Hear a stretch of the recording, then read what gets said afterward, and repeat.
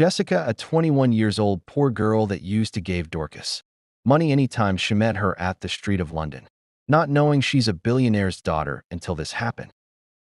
You ever have one of those days where life feels like it's just laughing at you? Yeah, that was me, Jessica.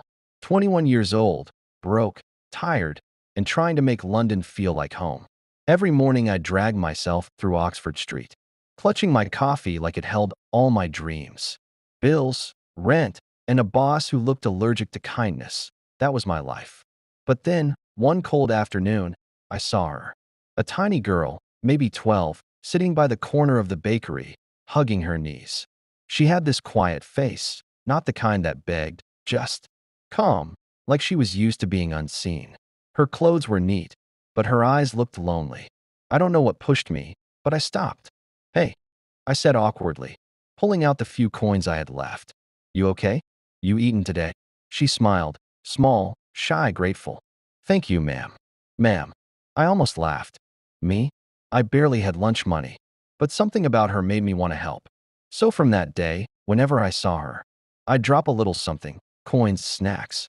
Sometimes even the sandwich I hadn't finished. It wasn't pity. It just felt right. Days turned to weeks, and I started looking for her face in the crowd. I'd even scold myself sometimes. "Jess, you've got rent due. What are you doing giving away money?" But my heart didn't listen. That little girl, Dorcas, she said her name was, made the city feel a little less cold. Halfway through this chapter, Jessica looked straight at the camera, smiling. "Oh, by the way, if you're still watching this story, don't forget to hit that subscribe button, okay? I mean, come on. I'm out here telling you my broke girl London tales. The least you can do is show some love." She laughed softly before continuing.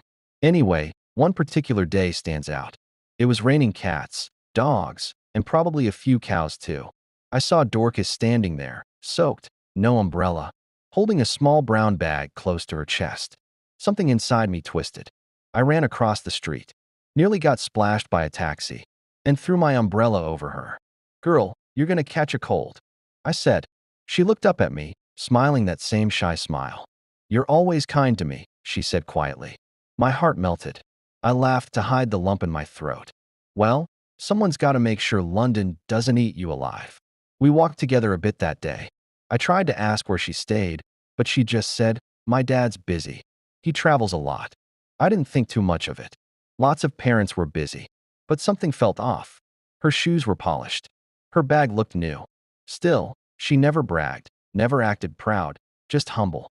That night, as I lay in bed, I caught myself smiling. "Jessica," I whispered to myself, "you're out here feeding angels and don't even know it." And honestly, I didn't know how true that was, not yet. To be continued in Chapter 2. The day it rained gold. London weather has no manners. One moment you're sipping coffee under a clear sky, and the next, heaven just decides to dump a whole ocean on your head. That's exactly what happened the day everything started to change. I was on my way home from work, humming a song I didn't even know the lyrics to, when the sky turned gray. Within minutes, the rain came down hard. And there she was again, Dorcas, standing at the same corner near the bakery, holding that same small brown bag. No umbrella, no jacket, just letting the rain soak her tiny frame. Something in me just couldn't walk past. "Dorcas," I yelled, running toward her, splashing through puddles like some dramatic movie scene. I pulled her close under my umbrella, trying to shield her from the downpour. "Don't you ever carry an umbrella?" I asked, laughing. She giggled. "I like the rain." I rolled my eyes. "Well, the rain doesn't like you back. You'll catch a cold." She laughed again, and I swear, that sound made the whole wet, cold evening feel warm. I decided to walk her halfway home. "Come on," I said. "Let's at least get you out of this storm before Noah's Ark floats by." She smiled and nodded, her wet curls sticking to her face. We walked together, sharing my umbrella that was barely big enough for one person. I cracked silly jokes, told her how my boss looked like he needed a hug and a haircut. And she laughed so hard, she almost dropped her bag. For the first time, I heard her laugh freely, not shy or quiet, just real. When we reached a turn, I stopped. "All right, young lady, this is where I leave you. Which way's home?" She pointed down a quiet street, then looked at me seriously. "Thank you, Miss Jessica." I smiled. You remembered my name? She nodded. You always give me money. My daddy says good people are rare. I think you're one of them. I chuckled. Well, tell your dad I'll take that as a compliment. Then she turned and ran off through the rain. For a moment, I just stood there watching her disappear around the corner, feeling weirdly proud. But that night, something bothered me. Her coat, it wasn't cheap. And that brown bag, it looked like designer material. I laughed at myself. Jess, you've officially watched too many detective movies. She's just a kid. Still, the thought wouldn't go away. There was something about her, the calm way she spoke, the confidence in her eyes, even when she looked lost. It didn't fit. A week later, I didn't see her at her usual spot. Then 2 weeks. Then 3. Every day, I'd glance toward that bakery corner, half expecting her tiny figure to appear again. Nothing. And the strangest thing? I missed her. I didn't even know her last name, but somehow, she'd become part of my day. Maybe she moved, I told myself. Or maybe her dad finally came home. But deep down, something told me our story wasn't over yet.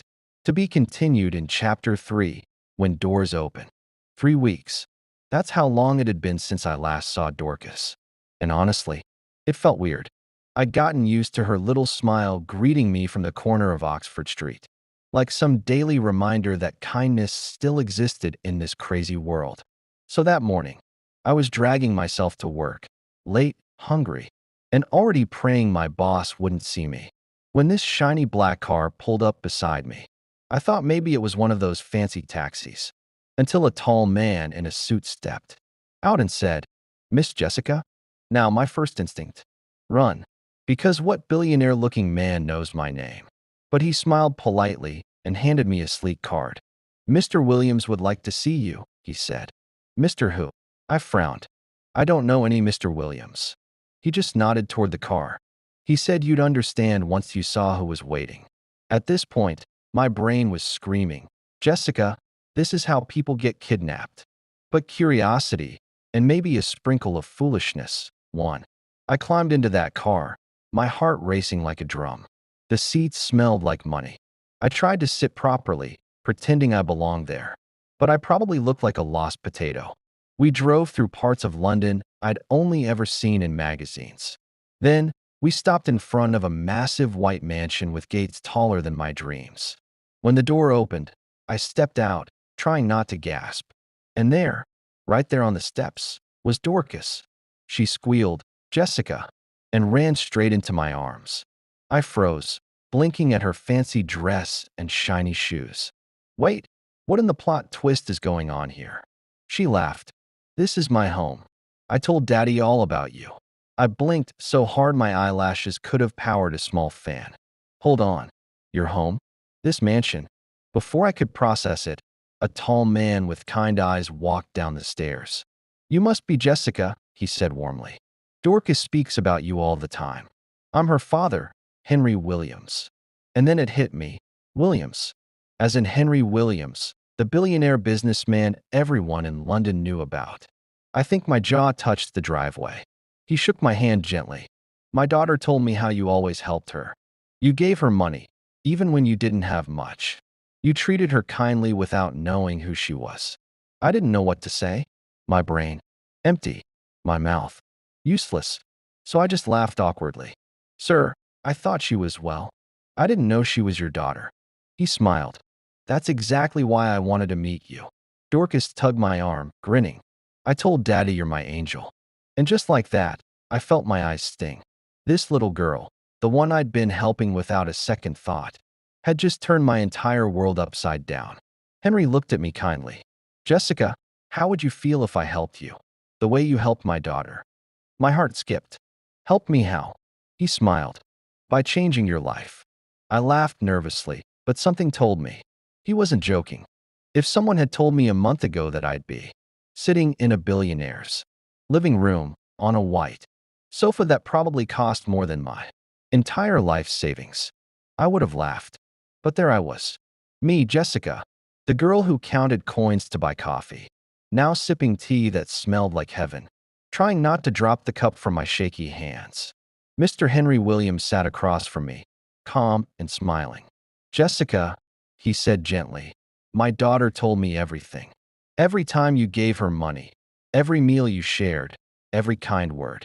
You didn't know who she was, and you still gave what little you had. That's rare. I didn't even know what to say. My mind was spinning. Sir, I stammered. I didn't do anything special. I just didn't want her to feel alone. Dorcas sat beside me, beaming proudly. See, Daddy? I told you she's the nicest person ever. I laughed nervously. Nicest? Maybe. Smartest? Questionable. I literally thought you were homeless. Everyone laughed, even Mr. Williams. The whole room felt lighter. He leaned forward.